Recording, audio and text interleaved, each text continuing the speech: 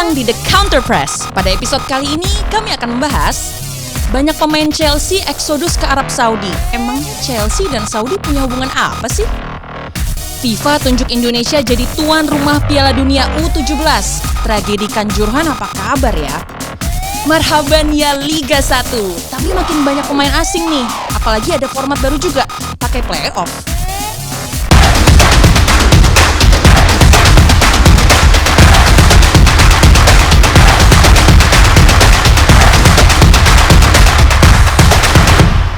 Selamat datang di The Counter Press bersama gue Mutia Wiro Sastro. Seperti biasa dengan rekan-rekan. Selamat datang Bapak-bapak, Firzi Idris, Aldi Bawazi. Kenapa ikut baju Arsenal juga sih? Ada yang nggak ngasih tahu gue. Jadi ternyata ada. You didn't get the memo. Iya, you didn't get the memo. Ternyata ada ini ya, apa namanya, dress code gitu. Oh gitu. Ya. Dan iya, kau iya. sporty sekali. Benar. Soalnya ada ininya Pak, ada pesannya lah ada gitu. pesan, ya. Sporty. Maka sporty Benar. sekarang. Dan juga cerah-cerah kan sekarang. Cerah ya? sekarang ya. Seperti yang paling terang pasti. Yang paling cerah Arsenal. Arsenal. Menghadapi musim depan. Dengan cerah. Cerah sekali. Iyalah. Betul. Tapi ini kan jersey lama ya Pak ya? Iya. 99 ya Pak ya? Lu justru iya mereka pingin balik ke masa-masa cerah seperti ini. Sekarang udah gelap. Ada harapan di sana.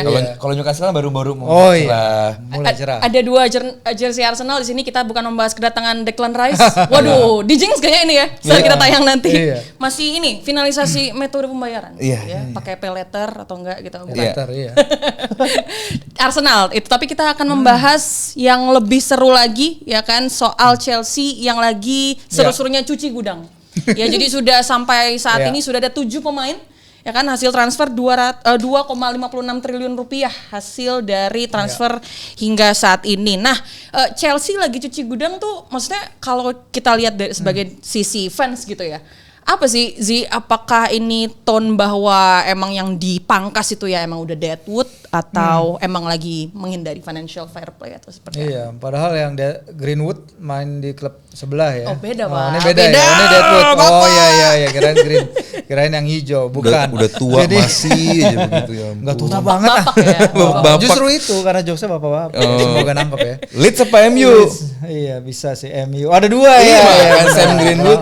Di FPL pernah ada yang ketukar dulu. Ya. Jadi untuk balik kepada topik kita. Iya. Chelsea. Jadi lebih ke mereka kayak perlu buang pemain aja. That's it. Mood karena beban gaji mereka terlalu besar, beban utang mereka terlalu besar. Kita tahu Chelsea belanja 600 juta pound selama tahun ekonomi finansial terakhir mereka.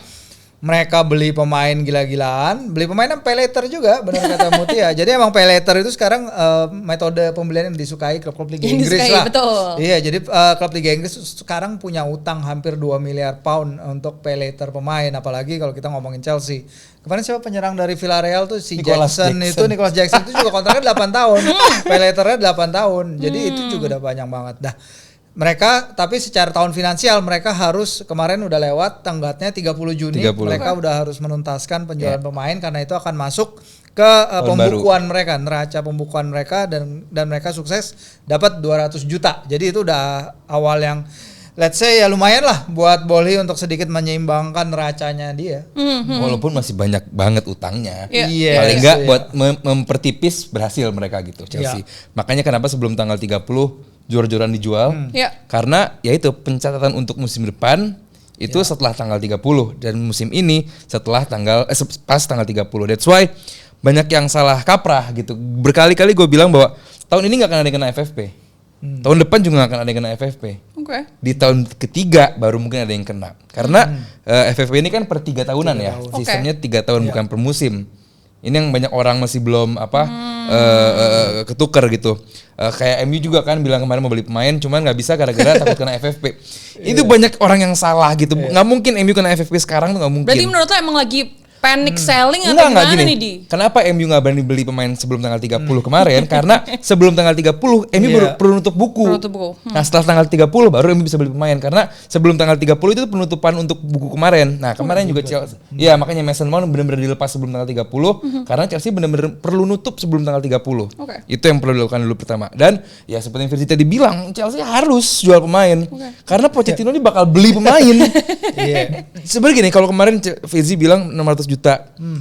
Siapa transfer yang memorable buat lo selain Enzo, selain Modric. Iya, Enzo Modric kayaknya banyakan di bench. Iya kan? Susahnya di situ. 600 juta itu nggak yang menggambarkan 600 ya gitu loh. sukses ya, Kalau jadi susah kita sukses. perlu waktu untuk ini ya. Cuman kalau ya At least bisa masuk ke skemanya. Newcastle 60 juta, Tonali kan nampak wah gitu kan. Terus ya maksud gua Chelsea nggak banyak marquee signingnya gitu. Ya. Di pembelian mereka 600 juta tuh nggak menggambarkan itu, kecuali kalau satu pemain 300 juta Mbappe, ya itu kan kelihatan gitu. Mau kena FFP deh gitu kasarnya gitu. Cuman karena mereka sebarnya banyak banget Sebarnya ya. banyak Kalau banget. ngomongin marquee signing ya mungkin Enzo lah. Ya, makanya Enzo Piala Dunia ya. 100 juta, Ya. tapi ya kayak Modric gitu 100 juta. Susah. Jadi mereka tuh harus mikirin cara untuk bagi-bagi lossesnya mereka itu. Ya itu makanya mereka jual pemain, ya udahlah, siapa yang mau? City. Ya udah jual ke City. Siapa yang mau? Arsenal. Ya udah jual aja kayak Havertz ke sana. Gak lupa juga tapi klub-klub Arab Saudi juga kan, kalau di Bali, Al Hilal, Etihad segala macam. Ada kaitannya nggak sih guys sebenarnya Chelsea sama Arab Saudi, atau mungkin pemilik-pemilik klub yang Liga Eropa gitu? yang ownernya Saudi dulu, Saudi dulu. Iya, kalau kita bilang Arab Saudi ada kaitannya nggak dengan Chelsea, ya kalau membicarakan Arab Saudi punya hubungan dengan Clear Lake yang menjadi perusahaan induknya Chelsea, ya ada. Tapi itu sama aja dengan bilang Arab Saudi ada di mana-mana. Arab Saudi ada di Meta, Arab Saudi ada di Electronic Arts, Brand-brand luar di biasa lah. brand-brand luar biasa, di mana Disney. Uber dan lain-lain. Mereka jejaringnya di mana aja. Okay. Tapi untuk mengatakan bahwa Arab Saudi bilang, kau sini kita jual jual pemain ke kita, nanti kita beli untuk meringankan FFP,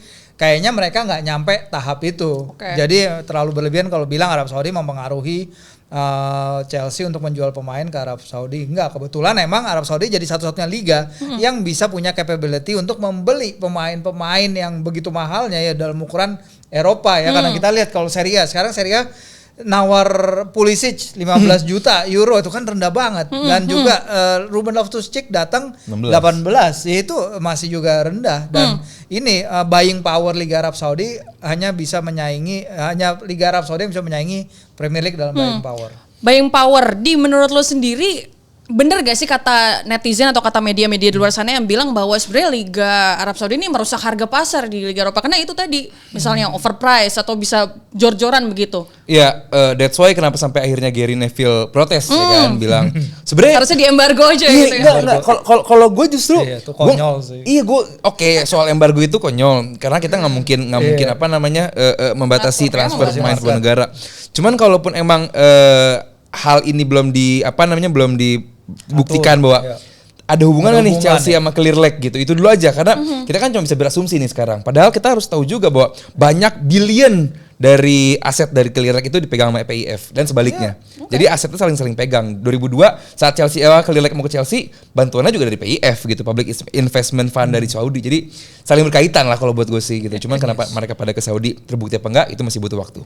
Gak bisa habis kalau kita bahas bursa transfer nih, lagi seru-serunya. Tapi yang gak kalah serunya di segmen kedua kita akan bahas Liga Sepak Bola di dalam negeri. Indonesia akan menjadi tuan rumah Piala Dunia U17. Jangan kemana-mana, we'll be right back after this one.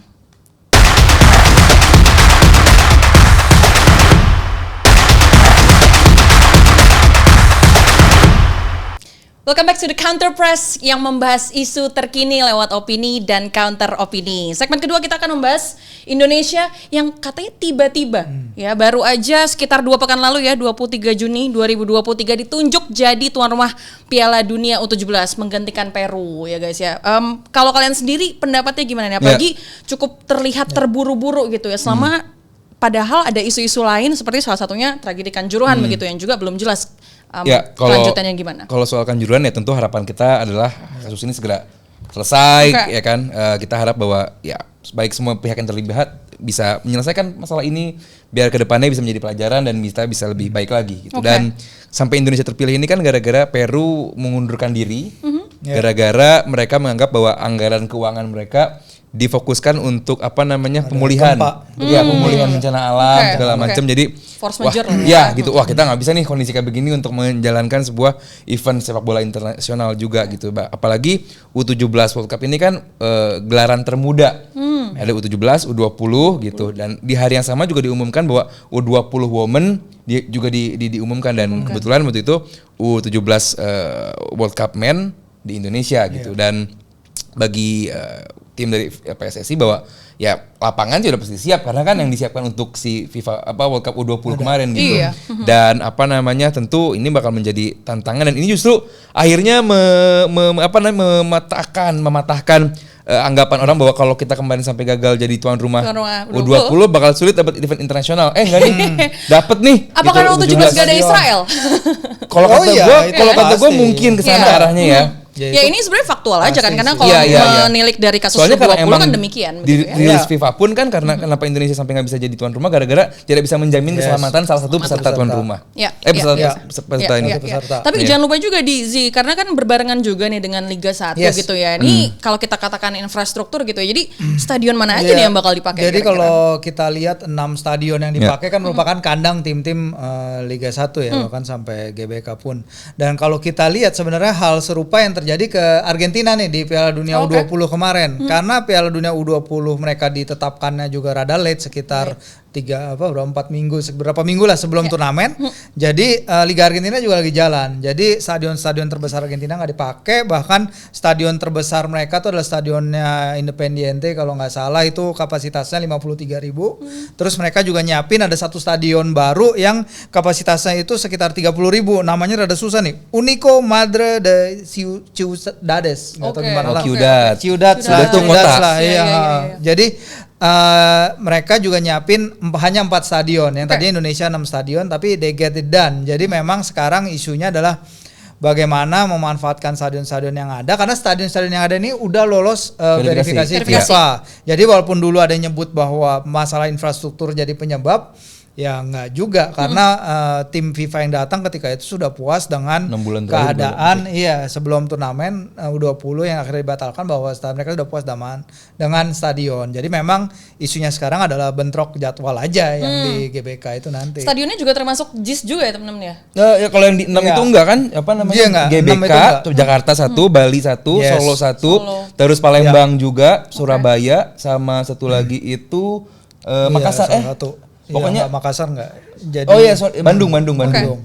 Jadi memang kalau JIS nggak masuk pembahasan. JIS itu masuk pembahasan karena ada tabrakan tanggal dengan konser Coldplay itu.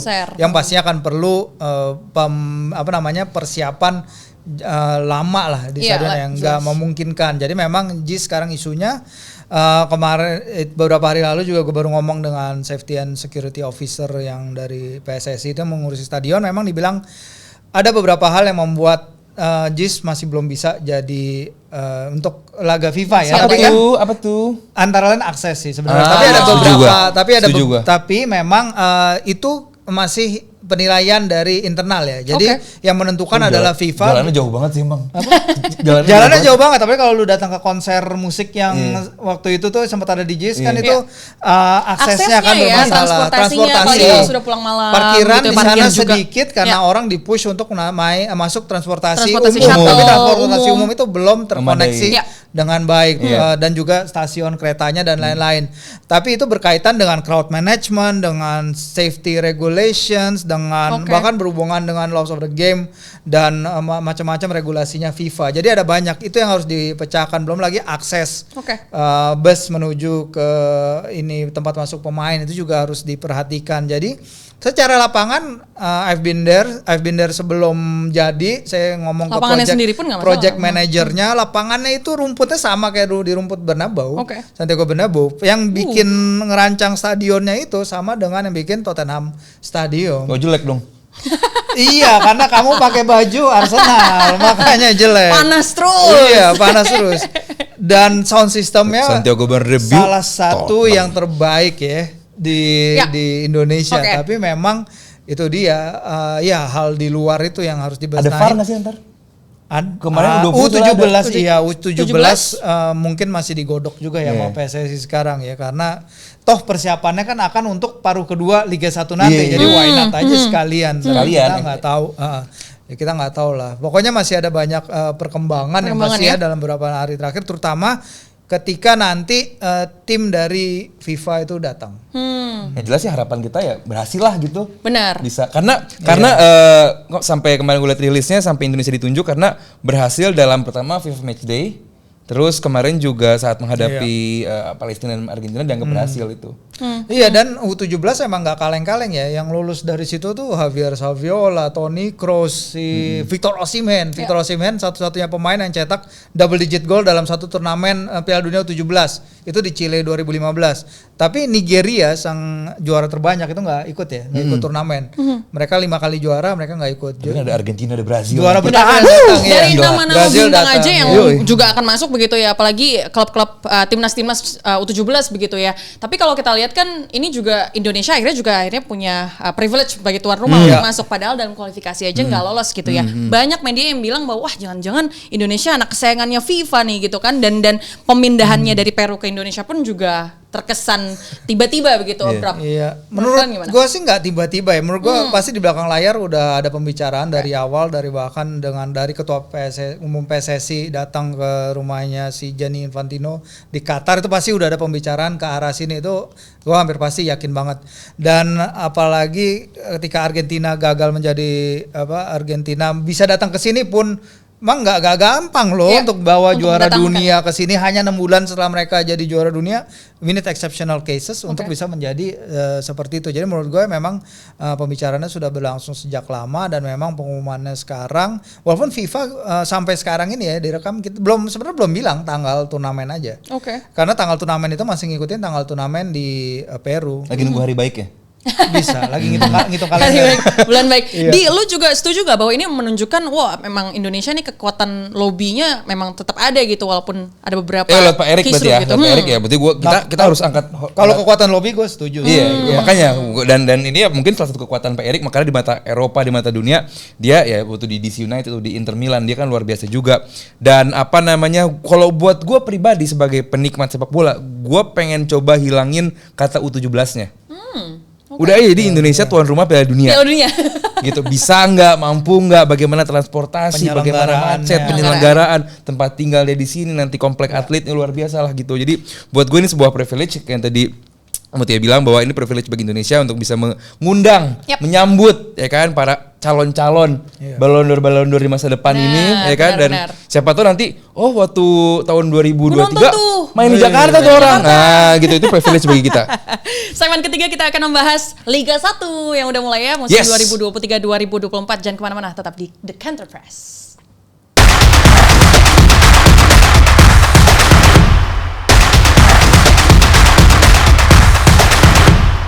Welcome back to The Counter Press. Di Injury Time ini kita akan membahas Liga 1 yang sudah dimulai ya di awal Juli ini. Partai pembuka juga udah digelar, guys. Tapi banyak di sepanjang 2023-2024 ini akan berlangsung, ada nanti bulan Ramadan, pemilu ya 2024 dan Piala Dunia U17. Gimana nanti kira-kira, apakah akan bentrok atau soal penjadwalan dan pemakaian? Ya kalau penjadwalan kita nggak akan pernah tahu ya, namanya juga Liga 1.